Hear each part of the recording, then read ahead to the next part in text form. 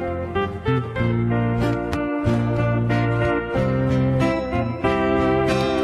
been thinking about this very important subject. చాలా ప్రాముఖ్యమైనటువంటి అంశాల గురించి మనం తలుస్తూ వస్తున్నాం. Living as Jesus lived. యేసుక్రీస్తు ప్రభువారు జీవించినట్టుగానే జీవించడం అనేది. Based on 1 John chapter 2 verse 6. యోహాను రాసిన మొదటి పత్రిక 2వ అధ్యాయం 6వ వచనం మీద ఆధారపడి. Anyone who says he's a Christian must live like Jesus lived. క్రైస్తవునని చెప్పుకునేటటువంటి ప్రతి వ్యక్తి కూడా యేసుక్రీస్తు ప్రభువారు జీవించినట్టుగానే జీవించాలి.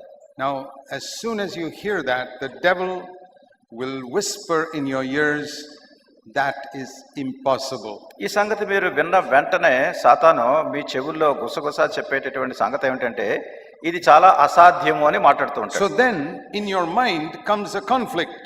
అప్పుడు మీ మనసులో ఒక ఘర్షణ ప్రారంభమవుతుంది. And the conflict is what God said the truth, or is what the devil is telling me now the truth? ఇక్కడ ఘర్షణ ఏమిటంటే దేవుడు చెప్తున్నటువంటిది సత్యమా లేకుంటే ఇప్పుడు సాతాను నాతో చెప్తున్నటువంటిది ఇది సత్యమా అని. God's word says, దేవుని వాక్యం ఉంటుంది very clear in 1 John 2:6. మొదటి యోహాను 2వ అధ్యాయం 6వ వచనంలో చాలా స్పష్టంగా ఉంది. Everyone who says they are abiding in Christ, క్రీస్తునందు నిలిచున్నానని చెప్పే ప్రతి వ్యక్తి కూడా must walk as he walked. ఆయన యేసుక్రీస్తు ప్రభువారు నడిచినట్టుగా తను నడవాలి. That means live as he lived. అంటే ఆయన జీవించినట్టుగా జీవించాలని. That is God's command, or this is not the word of God. అది దేవుని ఆజ్ఞ అయి ఉండాలి లేదా ఇది దేవుని వాక్యం కాదు అన్న అయి ఉండాలి. If this is not the word of God, you must be honest and take this Bible and throw it in the trash can. ఇది గనక దేవుని వాక్యం కాదనుకోండి అసలు మీరు వాస్తవంగా చెప్పాలంటే దీన్ని తీసుకెళ్లి మీరు బయట చెత్తబుట్టలో పారేయచ్చు. You know, there are people who say on your center table you must never put any book on top of the Bible. The Bible must always be on top. కొంతమంది అంటారు మీ టేబుల్ మీద మధ్యలో ఈ బైబిల్ పైన ఏది పెట్టకూడదు అన్నిటికంటే పైన దైవ గ్రంథం బైబిల్ ఉండాలి. You must never keep it on the floor. అది ఎప్పుడు కూడా నేల మీద కింద పెట్టకూడదని. That's not the way to honor the Bible. Bible మీరు ఘనపరచడం అట్లా కాదు. The way to honor the Bible is by obeying what is written inside. లోపల దీనిలో ఏమైతే వ్రాయబడి ఉందో దానికి విధేయత చూపించడం ఈ బైబిల్ని కనపరచడం. If you don't obey what's written inside, లోపల ఏదుందో దానికి మీరు విధేయత చూపించకపోతే just keep the Bible on top of every book. That's no use. ప్రతి పుస్తకానికి పైకి తీసుకెళ్లి బైబిల్ పెట్టినా దాని వలన ఏమో ప్రయోజనం లేదు. That is a deception. అది మోసం. You honor God's word by obeying it. ఈ దేవుని వాక్యాన్ని విధేయత చూపించడం ద్వారా దేవుని వాక్యాన్ని కనపరచాలి. Many Christians are dishonest. They are liars. అనేక మంది క్రైస్తవులు అబద్ధికులుగా ఉంటారు, సరైనటువంటి అవగాహన లేకుండా ఉంటారు. They say this is God's word. ఈ దేవుని వాక్యం చెప్తారు, but they don't read it. అది చదవట్లేదు. They spend more time watching television than reading the Bible. Bible దేవుని వాక్యాన్ని చదవటం కంటే అధికమైనటువంటి సమయాన్ని టెలివిజన్ చూడడంలో గడుపుతున్నారు. You tell me. మీరు చెప్పండి. How much time do you spend watching television? How much time do you spend reading the Bible? మరి టెలివిజన్ చూడడానికి ఎంత సమయం గడుపుతున్నారు, దైవ గ్రంథం చదవడానికి ఎంత సమయం గడుపుతున్నారు? So according to you, which is God's word? గనుక మిమ్మల్ని అనుసరించే ఏది దేవుని వాక్యం? For many of you it's television. మీరు అనేక మందికి television. That is God's word. అది దేవుని వాక్యం. మీకు you know more about these film stars and all those models than you know about people in the Bible. బైబిల్లో ఉన్నటువంటి దైవజనుల గురించి తెలిసిన దానికంటే ఫిల్మ్ స్టార్స్ గురించి, మోడల్స్ గురించి టీవీలో చూస్తున్నవే మీకు ఎక్కువ తెలుసు. See, that's the tragedy. They are telling lies. They believe, they say it's God's word, they don't believe it. ఇదే చాలా విషాదం. అబద్ధం చెప్తున్నారు చాలా మంది. బైబిల్ని మేము నమ్ముతున్నామని చెప్తున్నారు కానీ ఈ బైబిల్ని విశ్వసించట్లేదు, కనపరచట్లేదు. Now please all of you turn with me in your Bible. దయచేసి మీరు అందరూ కూడా మీ బైబిల్లో నాతో చూడండి. Revelation chapter 23. ప్రకటన గ్రంథము 23. 23. You see how many people of you are turning to the Bible? మీలో ఎంతమంది ఇక్కడ బైబిల్ ఉందని చదువుతున్నారు? That shows how ignorant you are of the Bible. ఆ రీతిగా బైబిల్ గురించి మీరు తెలియనటువంటి వాళ్ళుగా ఉంటున్నారు. You don't know that there is no Revelation chapter 23. ప్రకటన గ్రంథంలో 23వ అధ్యాయం లేదని చాలా మంది తెలియదు. That proves you don't read this book. అది ఏమి రుజువు పరుస్తుందంటే ఈ పుస్తకాన్ని మీరు చదవట్లేదని. How quickly I could prove it to you.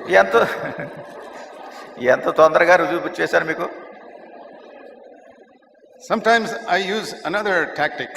కొన్నిసార్లు నేను ఇంకొక టాక్టిక్ ఉపయోగిస్తాను. I say let's turn in the Old Testament to the book of Hezekiah. మరి పాత నిబంధనలో హిజ్కియా గ్రంథాన్ని చూద్దాం అంటారు. You'll find a lot of people turning there. అది ఎక్కడ ఉంది దాని గురించి? There is no such book. అసలు అట్లాంటి పుస్తకమే లేదు. So what I'm saying is, నేను చెప్పేది ఏమంటే Take God's word seriously. దేవుని వాక్యాన్ని తీవ్రంగా పరిగణించాలి. Those television programs will not help you in eternity. నిత్యత్వానికి ఈ టెలివిజన్ ప్రోగ్రాములు మనకేం సహాయం చేయవు. This book will help you in this life and in eternity. అయితే ఈ గ్రంథము ప్రస్తుత జీవితంలోనూ నిత్యత్వానికి కూడా ఇది మనకు సహాయపడుతుంది. I'm not saying you should never watch anything on television. Don't misunderstand అంటే me. టెలివిజన్ అసలు మీరు చూడనే కూడదని నేను చెప్పట్లేదు, నన్ను అపార్థం చేసుకోకండి. But keep it in its proper place. అయితే దానికి ఇవ్వాల్సి ఏ స్థానంలో ఉండాలో అది ఆ స్థానంలోనే ఉండాలి. The Bible must be top, not on top of other books, and top in your heart. Bible వేరే పుస్తకాల కంటే అన్నిటికంటే పైన పెట్టడం కాదు, మీ హృదయంలో అన్నిటికంటే అధికమైన స్థానం కలిగి ఉండాలి. When the Bible says this, Bible ఈ సంగతి చెప్తున్నారు. if you say you abide in Christ, you must walk as Jesus walked. మీరు క్రీస్తునందు ఉన్నారని చెప్పినట్టయితే యేసు ప్రభువు నడిచినట్టుగానే మీరు నడవాలి. That is God's word. అది దేవుని వాక్యం. And then the devil's word. తర్వాత అపవాది చెప్పే మాట That is impossible. అది అసాధ్యం అని. Now you have a choice in your heart. ఇప్పుడు మీ యొక్క హృదయంలో మీరు ఎంపిక Whom చేసుకోవాల్సింది are you going to believe? మీరు ఏది నమ్మాలి అని. That is the same choice our first mother Eve faced in the Garden of Eden. మన మొట్టమొదటి తల్లి అయినటువంటి హవ్వ ఏదైనా వనములో ఇదే సంగతిని ఎదుర్కొన్నది. దేన్ని ఎంపిక చేసుకోవాలని. God's word, don't eat from this tree of knowledge దేవుని of good and వాక్యం evil. చెప్తుంది మంచి చెడ్డల తెలివినిచ్చే వృక్షం యొక్క ఫలాన్ని తినొద్దని. And the devil says, oh, that's okay, God will understand, eat it. అపవాది అంటుంది సరే అని చెప్తున్నాడు, లేదు దాన్ని తిను, నీకు పర్వాలేదు. God will not take that seriously. దేవుడు దాన్ని అంత పెద్ద తీవ్రంగా తీసుకోలే అని. Take it. తీసుకో. And I don't know whether she hesitated for a moment, ఒకవేళ ఒక క్షణం పాటు తడవ చేసిందేమో నాకు తెలీదు. but then she quickly said, I think I will trust Satan. ఏమైనా కానీ తను ఏమందంటే సాతాన్నే నేను నమ్ముతాను అంది. See what a serious sin that was. చూడండి అది ఎంత తీవ్రమైన పాపమో. Such a serious sin that God sent her out of paradise immediately. మరి ఎంత తీవ్రమైనటువంటి పాపం అంటే వెంటనే పరదైసు నుండి దేవుడు వారిని పంపివేశాడు బయటికి. And that has been the problem with not only man but with Christians. అది మనుషులతోనే కాదు క్రైస్తవులతో కూడా ఇదే సమస్య వస్తూ ఉంటుంది. See, all human beings మానవులందరూ కూడా do not have the word of God. దేవుని వాక్యాన్ని వాళ్ళ లేదు వాళ్ళకి. So many millions of people in the world don't have the Bible.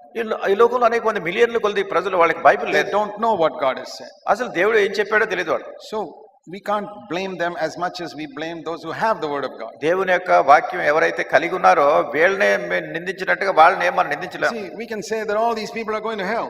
మరి వీళ్ళందరూ ఏదో నరకానికి వెళ్తున్నారంటామా? That is for God to judge. I'm not their judge. నేను దాని తీర్పు తీర్చేది నేను కాదు, దేవుడే దాన్ని తీర్పు తీరుస్తాడు. But one thing I will say, అయితే ఒకటంటాను, that they are not as guilty as Christians who got the word of God. దేవుని యొక్క వాక్యం కలిగి ఉన్నటువంటి వాళ్ళలో ఉన్నటువంటి దోషారోపణ వాళ్ళలో లేదు. If Eve was like those non-Christians with no word of God, ఒకవేళ హవ్వ గనక దేవుని యొక్క వాక్యం లేకుండా ఉన్నటువంటి క్రైస్తవేతరుల మాదిరిగా ఉంటే, then the devil told her something. అప్పుడు అపవాది ఏదో చెప్పాడు. Then if she did it, it's not so serious. అప్పుడు తను చేసింది గనక అంత పెద్ద తీవ్రమైనది కాదు. Because she didn't hear a word of God. అయితే ఇప్పుడు దేవుని మాట విన్నది, స్వరం విన్నది. That is the condition of so many people in the world today. ఈ దినాన్ని లోకంలో అనేక మంది ప్రజల పరిస్థితి ఇట్లా ఉంది. What about you who hear the word of God? దేవుని యొక్క వాక్యాన్ని వినేటటువంటి మీ సంగతి You have to walk as Jesus walked. యేసు ప్రభువారు నడిచినటువంటి రీతిగా నడవాలి అని. That is, you're not hearing that for the first time now. ఇది మొట్టమొదటిసారి కాదు మీరు వింటున్నది. It has been in your Bible all the time you've had a Bible, this verse. మరి మీరు బైబిల్ కలిగి ఉన్నప్పటి నుంచి కూడా మీ బైబిల్లో ఈ మాట ఉంది. Who made you overlook it and ignore it? అయితే దీన్ని చూసి చూడనట్టుగా వదిలేసేటట్టు ఎవరు చేశారు? Don't you think that was the devil? అది అపవాది అనే సంగతి మీకు తెలీదా?